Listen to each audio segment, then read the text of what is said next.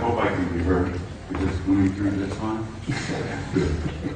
Before I begin, I would like to say a couple of words of deep appreciation for the sponsors and the people who have put this program together. I've been involved in speaking publicly all over the planet and all over the United States. I've been at conferences here, I've been at conferences there, and I know how terribly difficult it can be to put a program like this together.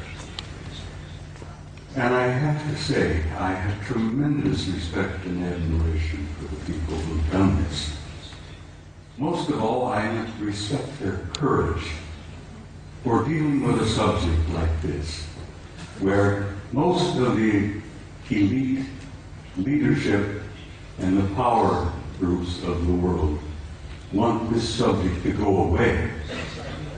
And these courageous young men who have put this together are brave, and they deserve my respect and your admiration.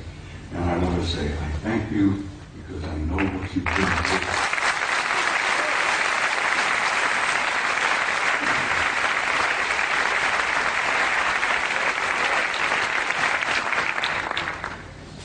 Now, I must explain something else to you. I never read from a script. I don't have a prepared script to follow. I get up on a stage and I talk to people like yourselves and I kind of wing it. I have so much material and I have such a problem of keeping it under the allotted time that I've been given. I have come today prepared to speak to you for 3 hours. I only allowed 1 hour to get it in. So something's going to have to give. But bear with me, I'll do the damnedest job I can. And it's important that you see the photographs of the NASA pictures that I had brought with me. Now, my journey began 45 years ago. I began a journey that if I had known then what I know now, if I had known the pain, the anguish, the heartbreak that I was going to experience over these 45 years, I might not have started that journey at all. But here I am in Barcelona in 2009 with some of the most delightful people I have ever met. And looking back, I find that the journey was worth the effort. It was worth the pain, it was worth the heartbreak. And I'm delighted to be here. And I'm delighted to see all of you out there. And this is such an encouragement to me that people are beginning to demand the truth. They know they've been lied to from the very beginning. And they want to know. And I'm going to here this afternoon hopefully contribute one small measure to helping you understand and helping you know. Most of my adult life, or most of my first part of my adult life, I was a professional soldier. I was in the Army. I joined the Army in 1950 to avoid a draft.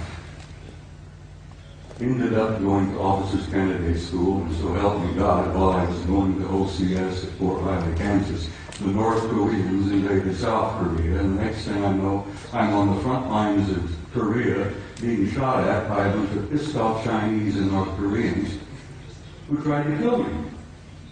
And I had nothing against them. I didn't want to kill them. Here I am. 1951, leading combat troops in Korea in one of the bloodiest wars we've ever had. And the rest, I guess you could say, is history. I led combat troops in Korea in 1951. I spent 27 years on active duty, and I also was involved in the war in Southeast Asia in 1970. Where I was part of an organization that gathered intelligence in the jungles of Southeast Asia. South Vietnam, Laos, Cambodia. And let me tell you, some of those big years were rather harrowing. The most harrowing experience I was to have was when I was assigned to Paris, France in 1963 to what we considered in those days a pledged assignment, a plum assignment. I was able to go to Paris, France, take my family with me, and my children went to high school in Paris. And as I said, it was a plum assignment. I had no idea what I was to find when I got there. When I arrived in the summer of 1963, I arrived with a top secret clearance. When I arrived at Supreme Headquarters Allied Powers in Europe, which was located at that time at a small town known as Roquencourt, right outside of Paris, my security clearance was upgraded to Cosmic Top Secret, which was then and still is today the highest level of security classification that NATO has. I had to have a Cosmic Top Secret clearance to work in SHARC, Supreme Headquarters Operations Center, the War Room. I was a senior master sergeant at the time, and when I was assigned in SHARC, I was given the job of maintaining the duty roster. We worked on a 24-hour basis, day after day after day. And I was given the job of running the duty rosters, and I worked in SHARC. And back in those days, let me tell you, the war rooms were somewhat primitive. You've seen pictures today, I'm sure, of the control centers of most major installations like SAC in Colorado Springs. Everything is electronic. Everything is demonstrated on the wall, extensions just like this beautiful stuff here. Back in those days, we had teletype, we had field telephones, and if we wanted something on the display, we had to go up and take a pin and put it on the wall and show the controllers where this division was, where that Soviet regiment was, and so on and so on. Very primitive. When I arrived in the summer of 1963, I heard rumors about a study that was underway. Now, it interested me because the study was about UFOs. And I was intrigued by that possibility. I was curious about UFOs. I had no idea then what they were, what they represented. But we used to discuss this in SHARC, in the war room. The study was underway. What was it about? What happened? Well, it appears that on the morning of the 2nd of February, 1961, World War III almost began. And it was involved in the flyover of large numbers of circular metallic craft, flying in formations, very obviously under intelligent control. And they would fly out of the Soviet sector in the Warsaw Pact toward the west, in formation, at a high rate of speed, at a very high altitude. And they would turn north over the English Channel, over the southern coast of England, and then they would disappear off of NATO radar over the Norwegian Sea. On that morning of 2nd February 1961, World War III almost began. The Soviets went on red alert. The NATO forces went on red alert. Everybody was, fingers on their triggers, thumbs poised above those red buttons. And World War III was just moments away. Within 20 minutes, it was all over. The objects flew, turned north, disappeared off radar. It was all over.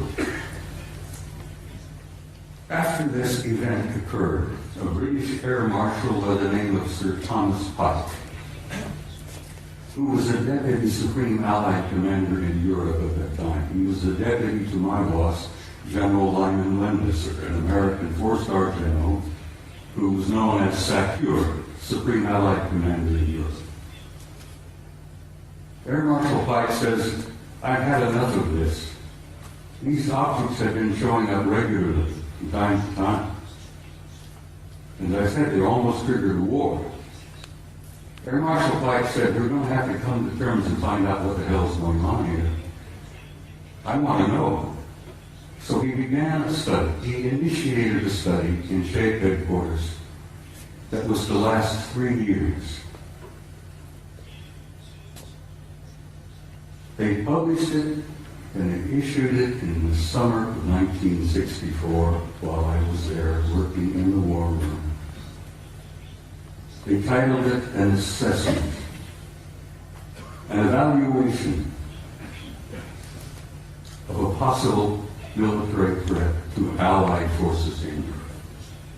So it had from them title, just couldn't learn very much about that. An assessment, an evaluation of a possible military threat to Allied forces in Europe. I was working in the war room one early morning around 2 or 3 o'clock, and as I jokingly used to refer to it, the coffee was too black to drink. We read all the newspapers, magazines. Many of you have heard military life is about 99% boredom, broken up with 1% of sheer terror. And that's the way it used to be, and that's the way it probably is used today. I'm sitting there nodding off, and this American Air Force full colonel looked at me and he says, "Wake up." He went over to the vault. The vault, the shop, was a walk-in safe. Opened the door and walked in, and we got classified documents in there. The colonel went over to the vault, the file, and pulled out this document and threw it on my desk, and he says, "Read that, that'll wake you up." Ladies and gentlemen, my life changed. I opened the first page and I couldn't put it down. I read and read and read, and I read it every time I was on duty in the war room. I was shocked, I was stunned by the implications of what I read in that study. As I said, my life has never been ever quite the same. The study, briefly, and I have to briefly lay this out. I could talk for 2 hours about this, but the study simply concluded this. Is there a threat to Allied forces in Europe? Apparently not. They concluded that the planet Earth and the human race had been under some kind of survey or observation going on for hundreds, if not thousands of years. They concluded in 1964 that there were at least 4 different groups coming here, observing us, surveying us, analyzing us, closely watching us, what we were up to, what we were doing. They concluded that there did not appear to be a military threat involved because the repeated demonstrations of incredibly advanced technology demonstrated to us that if they had been hostile or malevolent, there was absolutely nothing we could do. If they were evil in their intent and they were hostile toward us, it would have been over a long time ago. So, the conclusion was there were 4 different groups involved. They had been coming here for a very, very long time. Apparently, they were not malevolent or hostile. The question was, what the hell are they doing here? Why are they here? And why are they interested in us? Well, they did not know in 1964 what their agenda or their motives were. And I will tell you honestly and frankly that even today, our authorities, our senior military, our national security people, still don't totally grasp what their motives are, what their agendas are. So this study in 1964 was simply a beginning for me.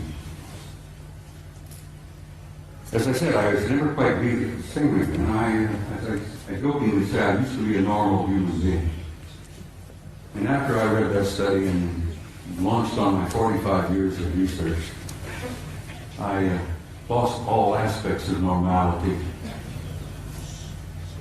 I will be frank and tell you that over the years of my study and the material that I've learned and gathered has brought about in me a complete destruction of my old world view, my old world paradigm, the world view that I held since I was a kid, growing up. Everything made sense, I knew why we were here, where we were going, what was taking place. After I spent 45 years on this, it all collapsed around my knees. That was the destructive aspect of my personality. That was the part that changed me completely from the kind of human being that I had been before into the kind of human being I am today. Ladies and gentlemen, I'm totally alienated. No pun intended. I've said in a couple of interviews and briefings and such, I have had, for many, many years, a love-hate relationship with the human race. One moment I love you, the next minute I hate you to death.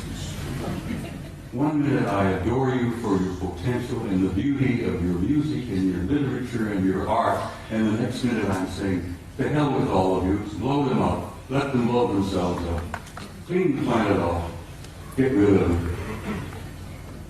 It's part of the struggle of having lost your old worldview when your old paradigm collapses around your knees. So the man standing in front of you here today is literally a human wreck as compared to what I used to be. But I feel pretty good about it. I lost all my old illusions. I opened my eyes and I saw the future. And I'm very happy about what I've seen. I've learned over the years from infinitely variety of sources here, there, and everywhere. I didn't retire from the Army until 1976, and I kept my top secret clearance up until that moment. After I retired, I went to work for the Federal Emergency Management Agency and worked another 14 years for the U.S. government, where I had a top secret clearance. So I have a total of 41 years of federal service, you might say. But I've learned things over the years that literally still today stun me and shock me. I've learned that the human race is a hybrid race. I've learned that we are not merely alone. We have never been alone. We have had an intimate interrelationship with advanced extraterrestrial intelligence from the beginning of our history. And let me tell you that that intimate interrelationship is still going on. This one race in particular apparently re-engineered us as a species about 200,000 years ago. What we are here today is what we call Homo sapiens sapiens. You're an engineered creature. Your genetics has been manipulated. You're not the same that you were, and you are not the same of what your children and grandchildren and great-grandchildren will be in the next 100 years. The human race is going through a transition. And it's more than a transition. It's what I learned to be a transcendent transformation into a new race, into a new future. And your descendants will be as different from what you are here today as what you are from old Australopithecus 500,000 years ago. It's not something to be afraid of. Something to look forward to. You're growing, you're developing, you're becoming a new race, you're becoming a new species. Your grandchildren, your great-grandchildren, your descendants on in the next century or two have destiny in the stars. Don't you doubt that for a minute. This species, this race, this troublesome bunch of monkeys has a destiny in the stars. And we are a part of this infinite universe filled with intelligent life. And we have been from the beginning, but we're only now beginning to wake up and see it. Only now are we beginning to open our eyes and listen with our ears and look out there and say, all right, where have I been? What am I now? Where am I going? As I said, your destiny is in the stars. Your generations to come, your descendants, your grandchildren, great-grandchildren, will go out there and they will claim their rightful place in a universe filled with intelligent life. Your place out there belongs to you. You have a right to that, and you will claim it. There is so much to talk about. I've got some slides I have to share. Would you gentlemen please put the first picture up on the screen? I'm being assisted by some very wonderful people back behind the scene. I'd like to start with a shot like this. Pictures of this nature is sort of inspiring. It gives you a glimpse of the community that you are a part of.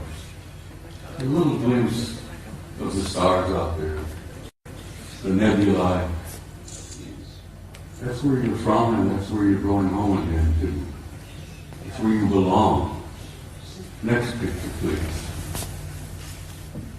I love these. They're so beautiful. I have some of these on my wall at home. But they inspire me. I look at them and I have a sense of recognition that I've been there before. And I know that I'm going back. But something happened in my country over the last few years that I'm very, very troubled by. Just last week, the United States celebrated the 40th anniversary of putting a man on the moon. Then we went through this whole whoop-de-doo of patting ourselves on the back and thinking, gee, wasn't that neat? Armstrong, Aldrin, Collins up there in orbit. On the moon, aren't we great people? Aren't we magnificent? Look what we did. Well, let me tell you a couple of things that they did that you may not have ever heard about before. They took the few pictures they had it all televised, everybody, Walter Cronkite and all of them were looking out. Golly gee, isn't this great? Isn't this neat?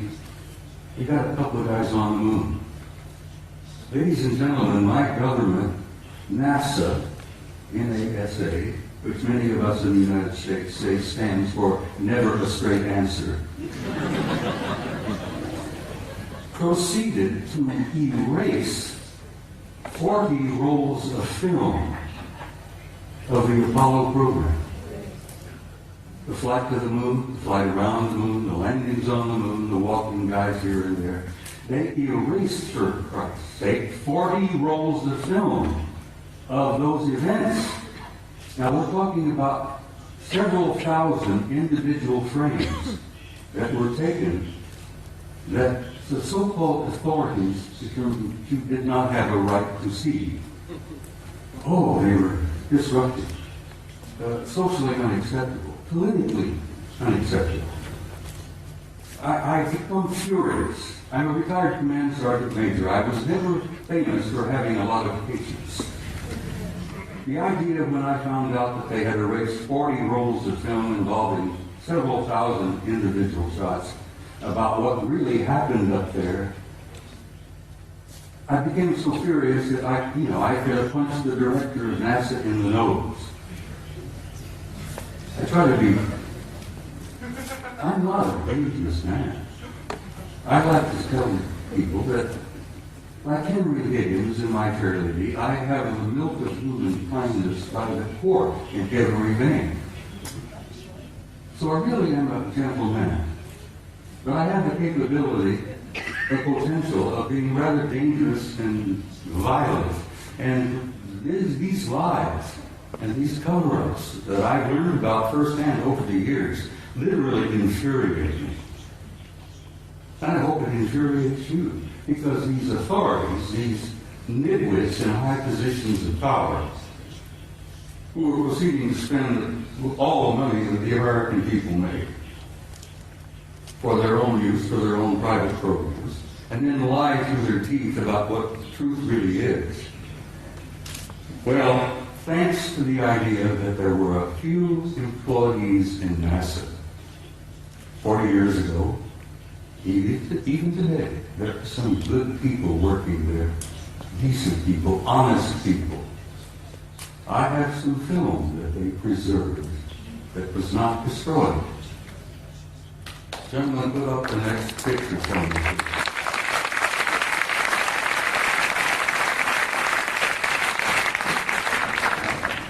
This is a NASA photo. This is Apollo 12. Apollo Systems 12, roll number 50, negative number 7348.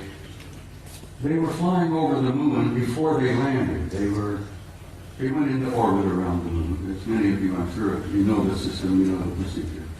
They went into orbit around the moon, and while they were there in orbit around the moon, a number of anomalous artifacts began showing up, showing interest in them. Next picture, please. This picture was taken by Neil Armstrong. While they're looking out of the window of their little craft, this object flew by. There's the moon in the background, of course. There's this object that flew by the window of that little craft that they were riding in. Neil took the Hasselblad camera that he had, put it up the window, and snapped this picture. Next picture, please. NASA Apollo 12. Roll 51, negative number 8, what is it, 8653 or something like that. Now this is a good-sized object. This is several hundred feet in diameter that came up next to the lander, flew along beside them for a time. The guys in the Apollo crafts put their camera to the window and snapped the thing, and I've always jokingly said there were guys inside of this taking pictures of the NASA. We were photographing them, they were photographing us. Next picture, please. Photo NASA Apollo Systems number 14, Apollo 14. Roll 70, negative, what is it, 9837, I think, or 8827. This is the Landsberg crater on the moon. The guys in orbit above the moon were particularly fascinated by Landsberg. They had been given a special assignment to take pictures of Landsberg because the crater, which they designated as Landsberg, had things going on in the crater that were very anomalous. There was construction going on. There were enormous facilities in the middle of the crater up there. So they were specifically designated and assigned to photograph Landsberg to see if they could figure out what the hell's going on down there in the crater on Landsberg. While they were looking at Landsberg, this object happened to express interest in them and flew by. Now this line is an artificial line that was drawn to show you the direction that this object was going. This is a good-sized object flying past the Apollo lander. God, I'm so glad that some of these were saved. I still get angry. 40 rolls of film was saved, and they erased them. Anyhow, next picture, please. It's the same photo of Landsberg, but with the next negative, 9838. of this object here, flying by. Next picture. Now we're getting into some nitty-gritty. I'm going to give you just a brief little bit of history here. Back in the early days of NASA and the Apollo program, I got this picture from the Japanese Space Agency, the Japanese NASA. They have a tremendous program going over there in Japan. You know, the Japanese are bright people. So the Japanese Space Agency had signed a contract with NASA years and years ago to buy copies of every picture NASA took during the Apollo program. And I'm sure the Japanese paid a sizable amount of money for this contract. And as the films was developed and the photos were made, and they shipped them off to Japan, and the Japanese have a tremendous reservoir of good original NASA pictures. They bought them, they paid for them. Now this photograph was released by the Japanese Space Agency, and you can see the Japanese writing here. This was taken by Apollo 13. Now you're all familiar, I'm sure, with Apollo 13. That was the aborted mission that was going to the moon to land, and they had an accident on the way. They couldn't land. They damn well barely got back. While they are on their way to the moon, here's the moon, a number of things began happening. Some strange objects were appearing outside the windows of the spacecraft. And guys, they grabbed their Hasselblad camera and started taking pictures. This photograph shows three different objects here. This looks like a circular object with an enlarged dome on top. This is a smaller object and a circular kind of disc-shaped craft. But coming in from the right margin of this particular picture is this. Next picture, please. Here we are. This is a blow-up of the positive in the photograph. And here is a blow-up of the negative of this object here. Ladies and gentlemen, this particular object is 5 miles long. And I'm tempted to use the term big mother. No pun intended, but it appears to be a mothership. It's gigantic.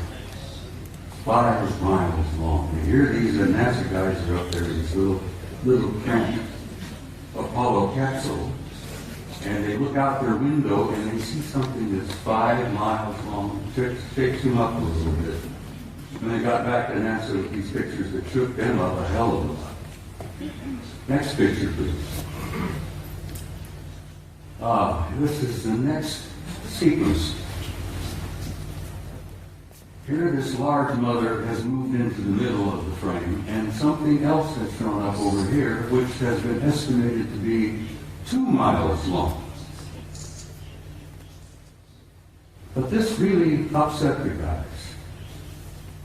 I've never been able to find out which one of the 3 Apollo members of the Apollo 13 crews would admit to ever having taken these pictures.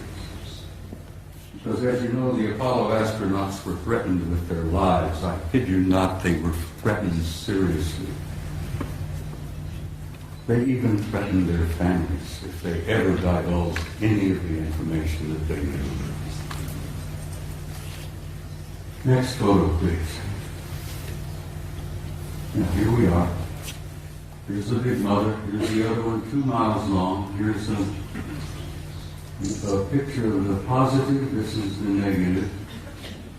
This mother is 5 miles long. Up here you see what appears to be 2 circular objects either arriving or departing from that particular big ship.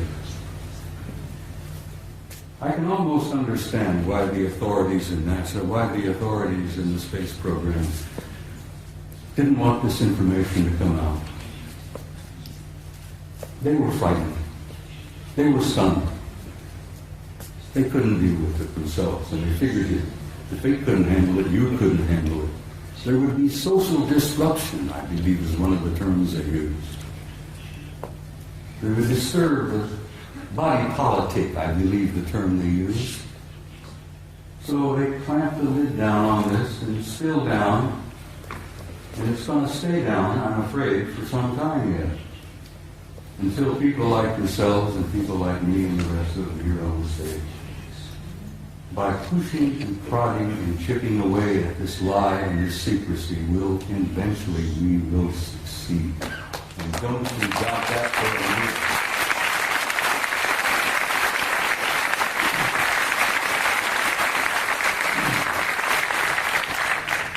Now I'm in for another photograph that I think will shock you some.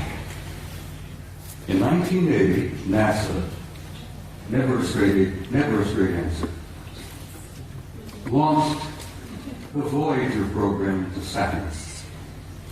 They launched this little mechanical spaceship filled with cameras and film and so on. Wanted to go to Saturn because something had been going on in the rings of Saturn, around the moons of Saturn, that didn't make a lot of sense.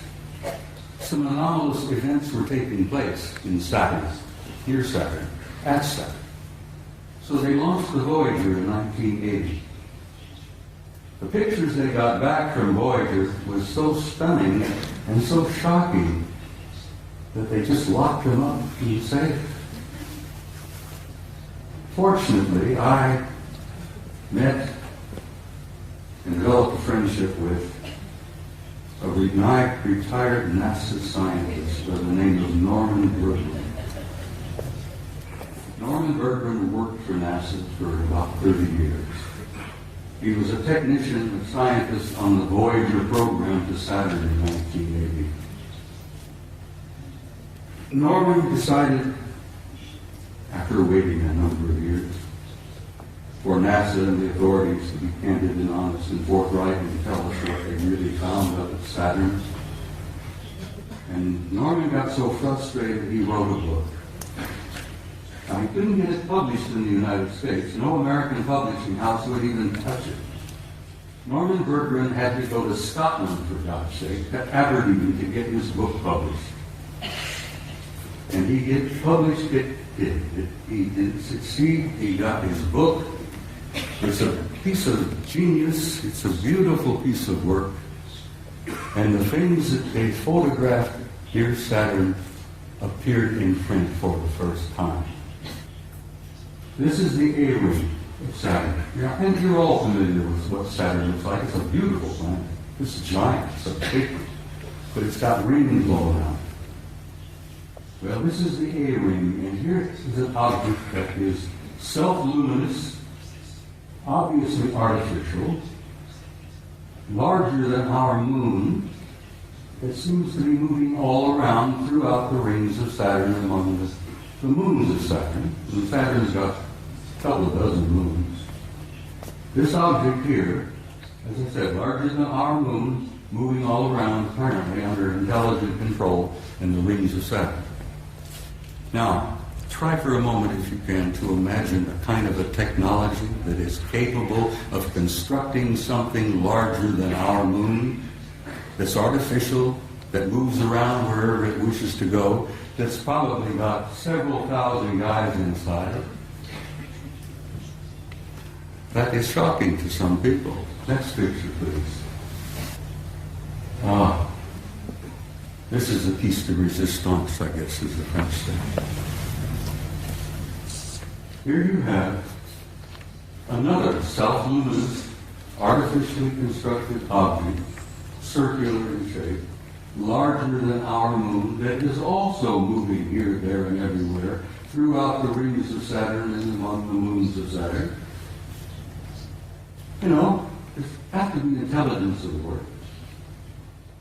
But this is the one that really blew the NASA people on the Voyager program out of the water. This object, this is an object, guys, is 2,000 miles long. It's 400 miles in diameter. and it's an artificially constructed. Norman calls them an electromagnetic vehicle. He says they appear to be making the rings. This is one of the rings inside. I think this is the B ring. Bertrand says he thought they were probably making the rings. I said, Norman, you ever consider the possibility they may be mining the rings? Because I think the rings are probably rich in nutrients, minerals probably. And an incredibly advanced civilization, I think, would work out some system of mining those rings for all the minerals that are up there and utilizing them. Because space is filled with wealth, energies of all kinds. They never have to dig another hole in the ground like we do down here. Space is filled with energy. This is 2,000 miles long, and here on this end there seems to be something like an exhaust or a flare of energy of some kind. It's probably a result of engines of some type inside this thing. But whatever it's doing, it's there, and it's a recognition and a representation of an advanced intelligence. And that's one of the things they don't want you to know, that we are confronting and relating with an intelligence that's so far beyond our own. We're looking at and talking about what's known as a Type 2 civilization. Now, for your own interest, I suspect most of you suspect this, that you are all members of the 0-0 type civilization. Beyond us, hopefully in a century or two, we might become a Type 1. But this is a representation of the Type 2 civilization. And Michio Kaku, the famous Japanese-American physicist in New York, has put out this concept about Type 0, 1, 2, 3, and 4 of the kind of advanced cultures and civilizations we will probably meet out there. Well, in probably meet out there, we've already met them. They're here. They're in our midst. So, I think I brought about 15 or 20 of these pictures, but I simply had no time. I don't have the time to show them all. But I've shown a few here, and I think I've piqued your curiosity. And I think most of you are pretty bright people, and you know you've been conned. You know you've been lied to. You're not fools. And I think you know who you are and why you're here and where you're going.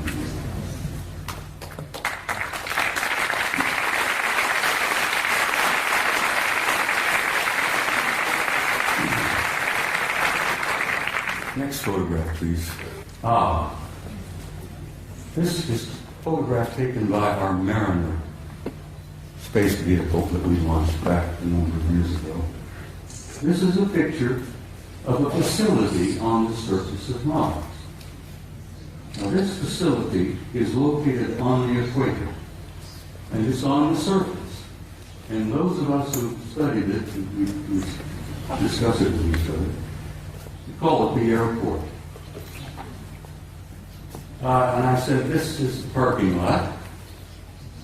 This is the administration building here. This is the main terminal here. And I imagine it's a pretty busy facility, you know, ships coming and going. But it's not an airport, it's very likely a spaceport. It's on the surface and it's on the equator of Mars. And if you're ever interested in launching a vehicle from a planet, you put it on the equator and you take advantage of the rotation of the planet to assist in the launching of your vehicle. You can take the momentum of the movement of the planet and it helps you get the thing off the ground. So it's exactly on the equator, it's on the surface, and it's massive in size. So maybe that is a parking lot, I don't know. Maybe that's the admin building, but there's something going on Mars. And I've been going back and forth with Richard Hoagland now for years. where Richard, who I know most of you are aware of, is convinced that Mars is covered with ruins. Well, it is. But it's not just ruins. There are things going on that planet. On the surface, under the surface, continuously. Next picture, please. This was published in a German magazine, but this is a Soviet photo. This is from their Phobos 2 spacecraft. This is a city under the surface of Mars that is the size of Chicago. Chicago is one of our biggest cities. Several million people live in Chicago. This is under the surface. You can see the city block. You can see the breakdown here, portions of the neighborhoods, whatever it is. But it's generating an enormous amount of heat. And they picked this up on the infrared when Phobos is going around the planet and snapping pictures like crazy.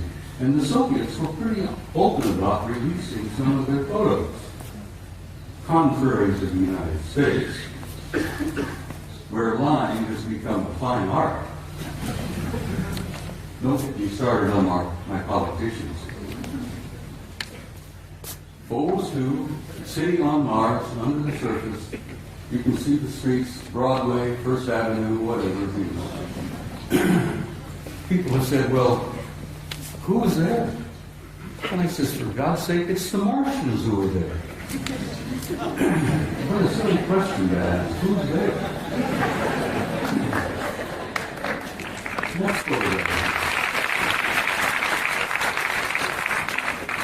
Now, I love this picture. I'm in love with this lady. Your ancestors and mine called her Gaia. She was feminine. She was a goddess. She was sacred. This beautiful lady has a respiratory system. She has a circulatory system. And she has a heart. And she's our source of life on this planet. We needed her. We need her now. We wouldn't be here if it were not for her. We talk about holy lands, Mecca, Jerusalem, here, there, everywhere. That is the Holy Land, people. That beloved planet that we are home.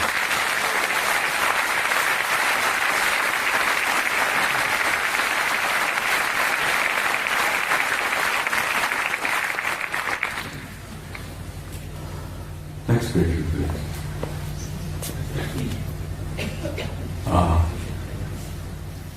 I spoke to you earlier about the fact that your grandchildren and your great-grandchildren and so on, the generations yet to come, have a destiny in the stars. And in time, they will go out there and claim their rightful place in that infinite community of life. And you can believe that, and you can accept that with an assurance and a truth that goes beyond doubt.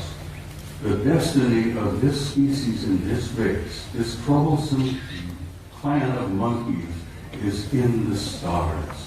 And there is your destiny. And I want you to understand that and have some hope. And don't get depressed. Because you're going to be undergoing some very difficult times in the few years yet ahead. We're going through this transition, this transformation, this transcendent transformation into another species, into another race. And if you remember your own adolescence, it was a painful time.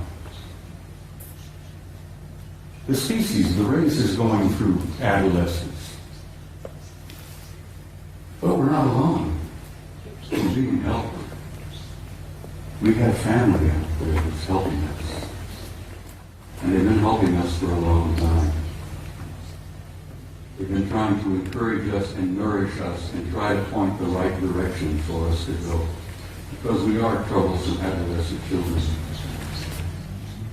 And we are going through that transformation. But my point is that there is no doubt about the inevitable destiny and truth of the human race. Now, I want to quote something from you, if you'll bear with me here.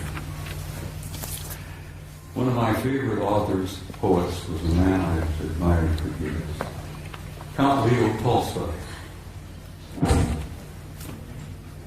Tolstoy said that there is something in the human spirit that will survive and will prevail. That will survive and prevail, and if there is a tiny and brilliant light burning brightly in the heart of man, that will not go out no matter how dark the world becomes. And then in the years ahead, when things are difficult, the economic problems take place, there will still be disruptions, fear. Oh, sadly enough, I'm afraid there will still be blood in the streets here, there, and everywhere.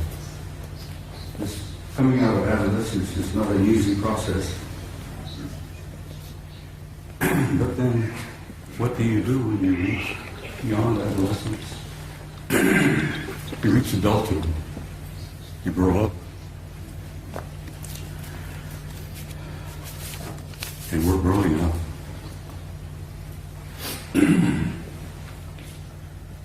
Well, ladies and gentlemen, my journey is coming to an end. But for many of you out there, your journey has just begun.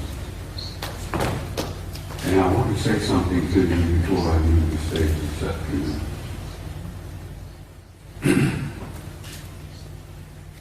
No matter how dark the world becomes, you can be sure, as Tolstoy said, there is a spark, there is a flame burning in your heart that will never go out, no matter how dark the world becomes. And as my journey is coming to a close, and some of your journey is just beginning, I wanted to say to you, in a term that I think is absolutely appropriate, you Spaniards have got some beautiful terms in the words. Vaya con Dios.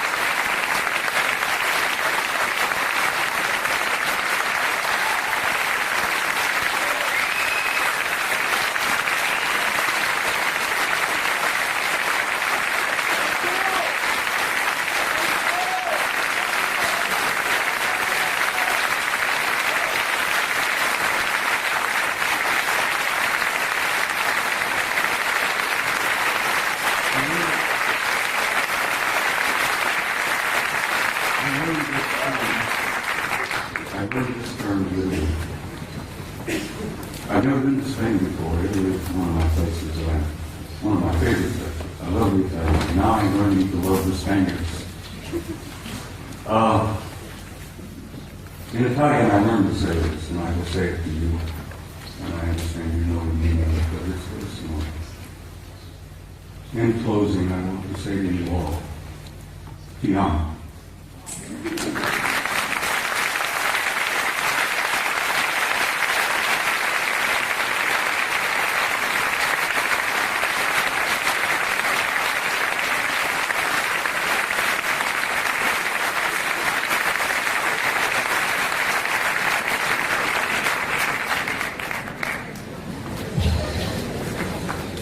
Bien, ha llegado el momento del descanso.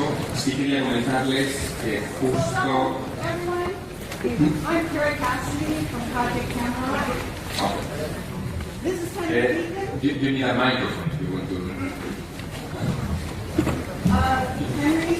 Henry has something he wants to say to Bob.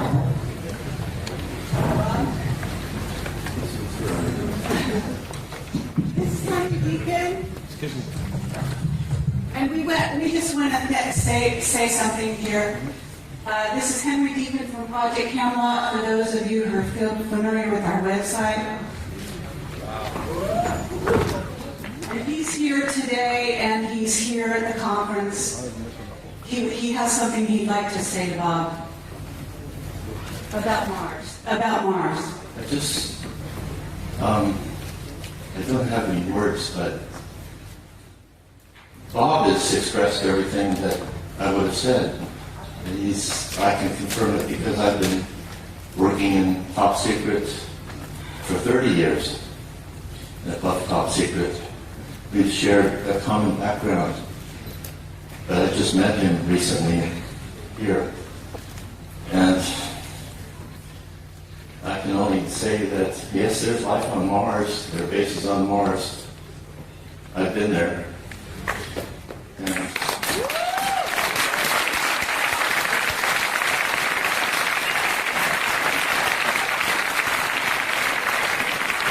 I didn't even get started on telling you some of the things I wanted to share this afternoon about who and what is on the moon and Mars that Henry did. I just, it's a long story, as he said. There's not enough time to put it all together. Except that it's a positive story. It's not one of fear. He showed a picture of the Mother Earth, and it's giving birth, and there's birth pangs, but there's a child that's being born. And just forget about the fear, because that's just a really temporary thing. There she is. So, a friend of mine, Angelica, who no one knows, the UK, she calls this the Emerald Planet. And it's alive. Yes, it's very much alive. We're a part of that life form. And it spreads. The life spreads throughout this whole galaxy. And the rest of our family is watching and waiting and helping quietly behind the scenes. And I've been fortunate enough to be able to meet family that don't just live here on Terra for a long, long time, even before I was in government work. So thank you.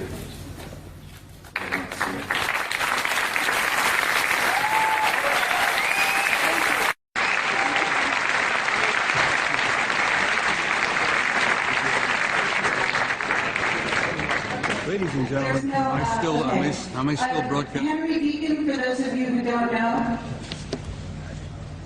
Am I still broadcasting here? It's still here?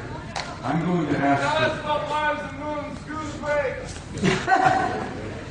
I was going to share a small story with you before I ran out of time. I'm going to ask the gentleman to please bear with me and give me just a few moments.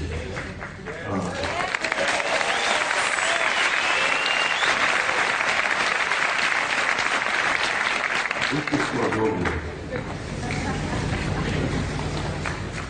I attended my son's retirement ceremony in Washington, D.C. in November. My boy retired in November in Washington as a full captain of the United States Navy after 30 years of service. And while I was at this retirement party, the room was filled with admirals and generals, and retired commanders and captains and so on.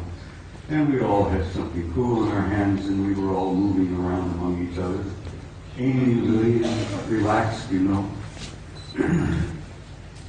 A retired Navy scientist, whose name must remain untold, came up to me, nudged me. He said, "I know you." I said, "Yes, I'm Eric's father." No, he said, "I know you. You're that notorious retired command sergeant major with the big mouth." And I said, "Yes, I'll go to that." He says, "I had to share something with you before the party was over." He said, "I retired several years ago." He said, "My last job was at a government laboratory in Nevada, a few miles from Las Vegas." He said, "I am a plasma fusion physicist.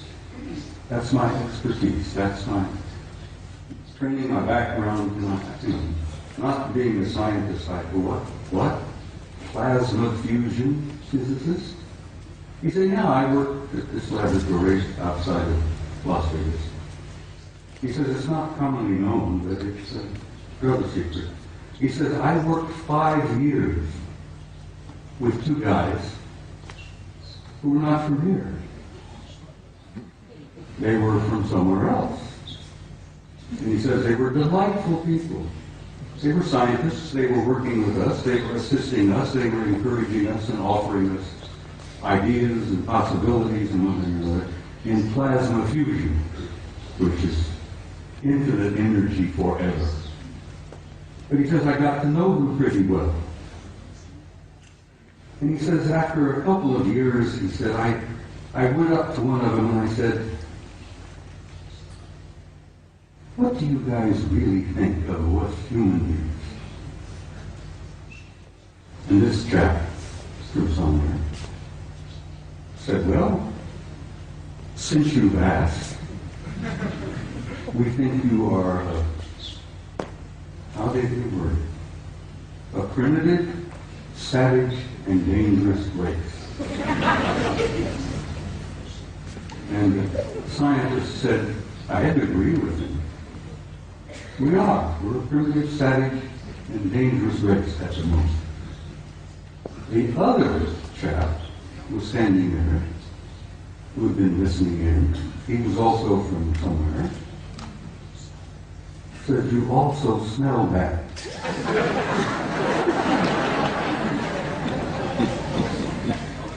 You humans stink. In nothing personal, mind you, we find that you don't smell good. And the scientist said, my first thought was, I didn't spray under my arms this morning, so maybe. And they tried to explain that we humans have a psychic odor about us that they pick up, and they find it terribly offensive. But it hit me between the eyes, because when I was a boy growing up, my grandmother used to say, if we could only see ourselves as others see us, it would help so much to develop our integrity and our character and all that. And this remark from my grandmother hit me, that we were getting this so-called from a horse's mouth, from one of our extended family out there, that you're primitive, savage, and you're dangerous, but you also stink. And I thought that was humorous, and I shared it with Gogo, and she said, please include that in your presentation. So Gogo, bless your heart, I did that for you. Good night, everybody.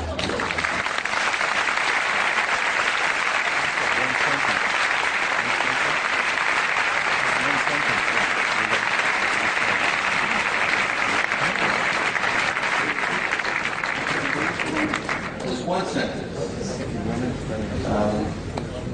It relates directly to what Bob has said. If you want contact, raise your spirit high. And that's what they want.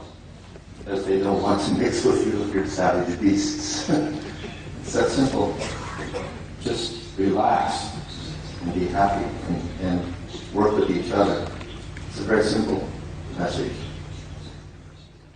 Thank you, Henry. Thank you.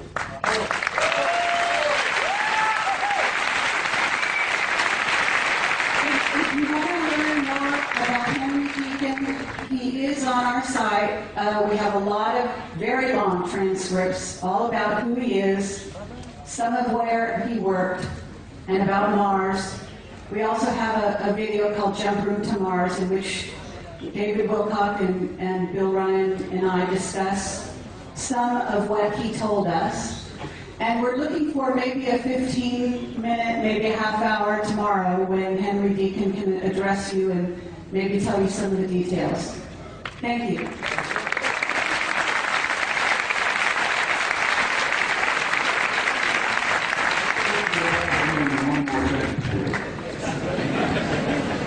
I must add this.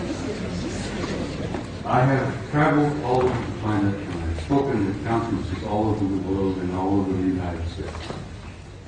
I have never been to a conference of this nature. without there being at least one, and generally two, of the others in the audience.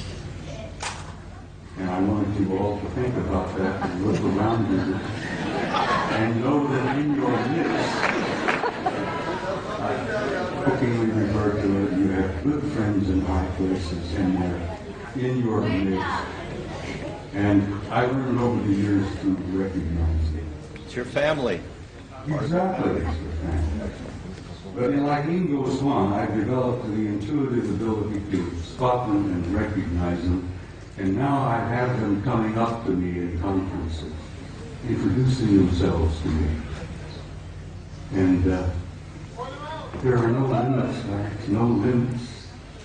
Life is infinite and forever. And God bless all of you. And I will say good night at this time.